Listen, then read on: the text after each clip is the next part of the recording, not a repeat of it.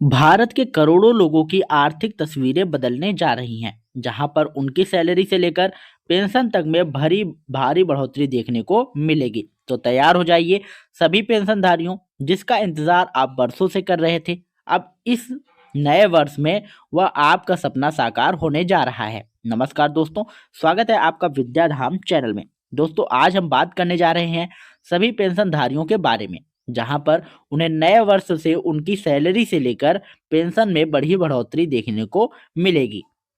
यह बढ़ोतरी कितने प्रतिशत होगी, इसके साथ ही क्या है वह फिटमेंट फैक्टर जो सातवें वेतन आयोग से भी ज़्यादा इस बार रहने वाला है। हर एक जानकारी आज के इस अपडेट में हम आपके लिए लेकर आए हैं। तो चलिए देखते हैं इसको एकदम डिटेल से। आगे बढ़ने से पहले इस वीडियो को लाइक कर दीजिएगा और जितने भी आपके परिवार या आसपास के पेंशनधारी हैं, हर एक को यह वीडियो शेयर कर दीजिएगा, ताकि यह सारी जानकारी उन तक भी आसानी से पहुंच सके और इससे मिलने वाले फायदे का लाभ वो उठा सके। अगर आप हमारे चैनल पर पहली बार आए हैं तो चैनल को सब्सक्राइब जरूर कर लीजिएगा, क्योंकि यहाँ हम बात करते हैं आपके अधिकारों की, सरकार के उन सभी आदेशों और प्रावधानों की जो आपके जीवन को सुगम बनाते हैं, और इसके लिए हम संकल्पित हैं। अब बात हो रही है आपकी सैलरी और पेंशन में होने वाली बड़ी वृद्धि की और बड़े बदलाव की, जहां पर हम चर्चा करेंगे 8वें केंद्रीय वेतन आयोग की, जिसका इंतजार वर्षों से लोग कर रहे थे। अब आएगा और अब बता दें कि ये आपकी सैलरी, पेंशन और एरियर से जुड़ी हुई हर जानकारी आपको एकदम डिटेल में बताएंगे। तो चलिए देखते हैं। यह केवल एक वेतन आयोग वृद्धि नहीं है, बल्कि आपके भविष्य की आर्थिक नींव है। बहुत लंबे समय से इसका इंतजार किया जा रहा था और बताया जा रहा था कि यह जनवरी से लागू माना जाएगा। कितना प्रतिशत बेसिक सैलरी में बढ़ोतरी होगी, हर एक जानकारी को हम बारीकी से समझेंगे। सबसे पहले समझ लीजिए कि यह केवल एक अपडेट नहीं है, बल्कि आने वाले वर्षों में आपकी आर्थिक तस्वीर है, जो सीधे आपकी सैलरी, पेंशन और परिवार की मासिक योजना से जुड़ी हुई है। बहुत सारे वीडियो इस समय सोशल मीडिया पर घूम रहे हैं जिसमें गलत जानकारी दी गई है, लेकिन आप लोग बिल्कुल तैयार रहिए। इस बार आपको एकदम सही और तथ्य आधारित जानकारी दी जा रही है। हमारा लक्ष्य है आपको एक ही जगह पूरी साफ और भरोसेमंद जानकारी मिले। अब देखिए क्या है।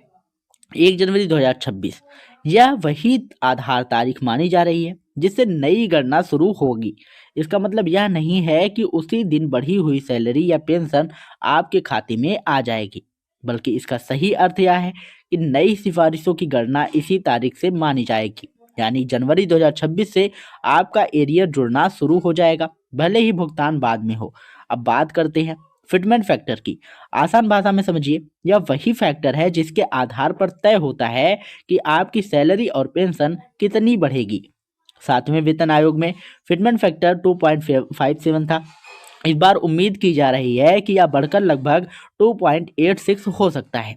ठीक है, ध्यान रखिए यह आंकड़ा अभी अनुमान है, आधिकारिक पुष्टि नहीं है। सरकार पहले से कुछ भी स्पष्ट नहीं करती। जब नई सैलरी या पेंशन लागू होगी तब सारी चीजें अपने आप साफ हो जाएंगी, लेकिन इतना तय माना जा रहा है कि जनवरी 2026 से आपकी सैलरी और पेंशन बढ़ी हुई मानी जाएगी। अब गणित समझिए, अगर किसी कर्मचारी की मौजूदा बेसिक सैलरी 18,000 रुपये है तो फिटमेंट फैक्टर 2.86 के अनुसार नई बेसिक लगभग 51,480 रुपये बनेगी। अगर किसी की मौजूदा बेसिक 30,000 रुपये है तो वो लगभग 85,800 रुपये के आसपास जाएगी। अगर किसी की मौजूदा बेसिक 50,000 रुपये है सैलरी, तो नई बेसिक करीब 1,43,000 रुपये तक पहुंच सकती है। यानी केवल बेसिक ही नहीं, इसके ऊपर डीए भी जुड़ेगा, जिसमें कुल सैलरी और भी ज़्यादा बढ़ेगी।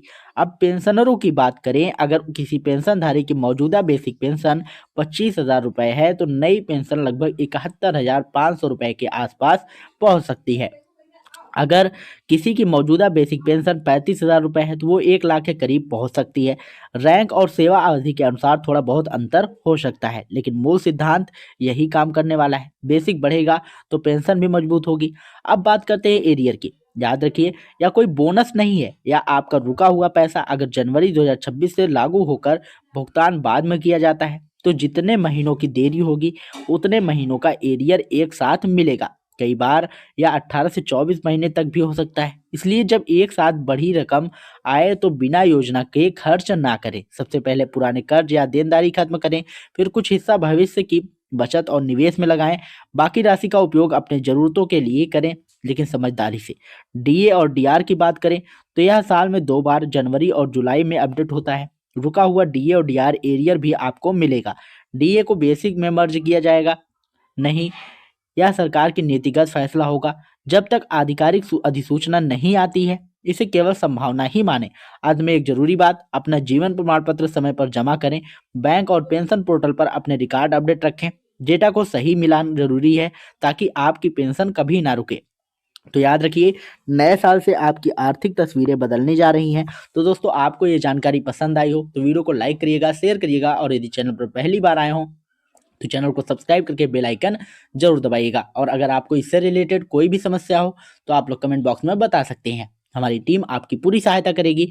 मिलते हैं नई वीडियो में नई अपडेट के साथ, तब तक के लिए जय हिंद, जय भारत।